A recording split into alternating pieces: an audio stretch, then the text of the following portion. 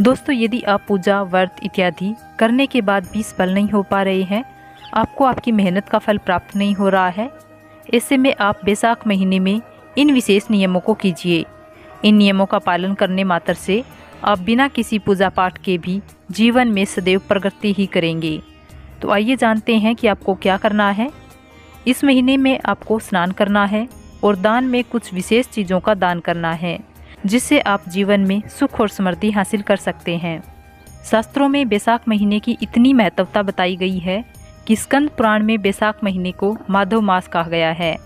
इस महीने में संयम, अहिंसा, अध्यात्म, स्वाध्याय और जनसेवा करने से कभी भी ना खत्म होने वाले पुण्य की प्राप्ति होती है। साल 2023 में बैसाख माह की शुरुआत 7 अप्रैल को हो गई है। इसका समापन 5 मई को होगा। इसके बाद ज्येष्ठ मास का आरंभ हो जाएगा। बैसाखा नक्षत्र से संबंध होने के कारण इसे बैसाख महीना कहा जाता है।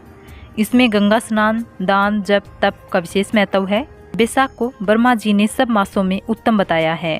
पुराणों के अनुसार बैसाख माता की तरह जीवों की मनचाही इच्छाओं को पूर्ण करने वाला माना जाता है। मान्यता है कि इस महीने में जन कल्याण के खातिर देवी देवता जल में निवास करते हैं। तो सबसे पहले जानते हैं बैसाख महीने में आपको क्या करना चाहिए। बैसाख महीने में जल दान को सबसे महत्वपूर्ण माना जाता है। इस महीने में गर्मी अपने चरम पर होती है। ऐसे में बैसाख के महीने में जल सेवा करना बहुत ही पुण्य का कार्य माना गया है। ऐसे में प्याऊ लगाना, यानी कि जगह जगह पर पीने वाले जल की व्यवस्था करें। नल लगाएं। अगर आपका सामर्थ्य हो तो जगह जगह पर नल लगवाएं। पीने के लिए जल के मटके जगह जगह पर लगवा सकते हैं और आने जाने वाले लोगों को जल की सेवा उपलब्ध कराकर आप अपने पितरों को प्रसन्न कर सकते हैं। इससे आपके पितर तथा समस्त देवी देवताओं का आशीर्वाद आपको प्राप्त होता है।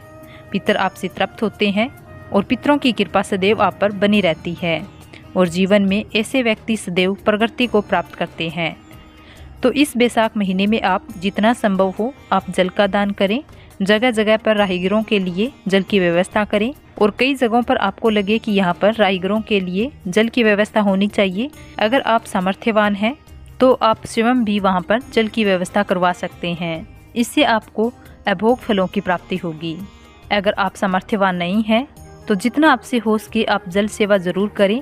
आपके कोई भी आए उससे जल का अवश्य पूछें, या आप सफ़र कर रहे हों और आपके पास पानी की बोतल है तो कोई अगर आपसे मांग भी ले तो उसे मना ना करें। ऐसा करने से पितरों की कृपा सदैव आप पर बनी रहेगी। बैसाख महीने में वृक्षों को नहीं काटना चाहिए। जो वृक्ष छाया दे रहे हैं ऐसे वृक्षों को नहीं काटना चाहिए। इस महीने में आप गरीबों को जूते, चप्पल, छाता का दान जरूर करें। आपने कई गरीब ऐसे लोगों को ज़रूर देखा होगा कि वे चिलचिलाती गर्मी में रोड पर या कहीं भी बिना जूता चप्पल के चलते हैं। ऐसे बहुत सारे लोग आपको दिख जाएंगे। ऐसे ज़रूरतमंद लोगों को आप जूते, चप्पल दान अवश्य करें। साथ ही आप इस महीने में पशु पक्षियों के लिए भी दाना पानी की व्यवस्था रखें। आप अपने घर की छत पर या बालकनी में जिस स्थान पर चिड़िया पंछी आते हैं उस स्थान पर थोड़े से दाने और जल की व्यवस्था करके रख दें। और ध्यान रखिए कि आप जहाँ भी पक्षियों के लिए दाना पानी की व्यवस्था कर रहे हैं उसे समय समय पर साफ करते रहें। गंदा पानी ना होने दें। तो जीव जंतु और पशु पक्षियों के लिए इस महीने दाना पानी की व्यवस्था अवश्य करें।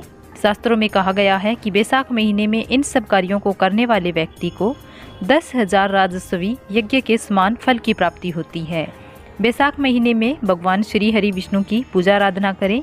इस पूरे महीने में प्रातःकाल सूर्य उदय होने से पहले उठ जाएं और जो भी आपके नित्य कार्य हैं उनसे निवृत्त होकर आप अपने घर में जितने भी फूल पौधे लगा रखे हैं उन सभी पौधों को जल दें। साथ ही आप अपने घर के आंगन में जल का छिड़काव करें। इसके बाद आप स्वयं ठंडे जल से स्नान करें।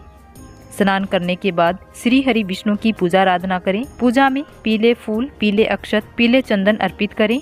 भगवान विष्णु के विष्णु सहस्त्र नाम का पाठ करें।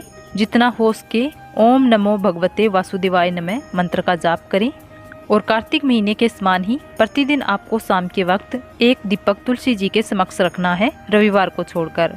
इसके अलावा अगर आपके आसपास आंवले का वृक्ष है तो पूरे बैसाख महीने एक दीपक आंवले के वृक्ष के नीचे लगाना है।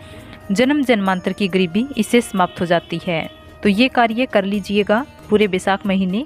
जितना ज़्यादा से ज़्यादा हो सके भगवान विष्णु की आराधना करें। और बात करें शयन की तो जिस प्रकार से कार्तिक मास में भूमि चयन के बारे में बताया जाता है, वैसे ही बैसाख महीने में भी भूमि चयन किया जाता है। लेकिन अगर आप किसी वजह से भूमि चयन नहीं कर सकते हैं तो आप प्रतिदिन जिस गद्दे पर सोते हैं उस पर से गद्दा हटाकर चादर बिछाकर सो सकते हैं।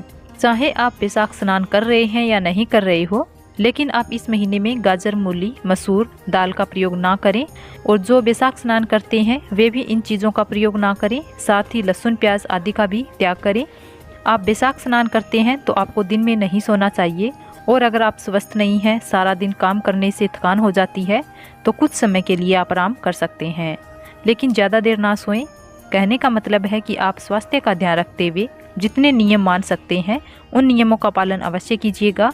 सबसे खास, आप इस महीने श्री हरि विष्णु का ध्यान करें और जल का दान जितना हो सके उतना करें।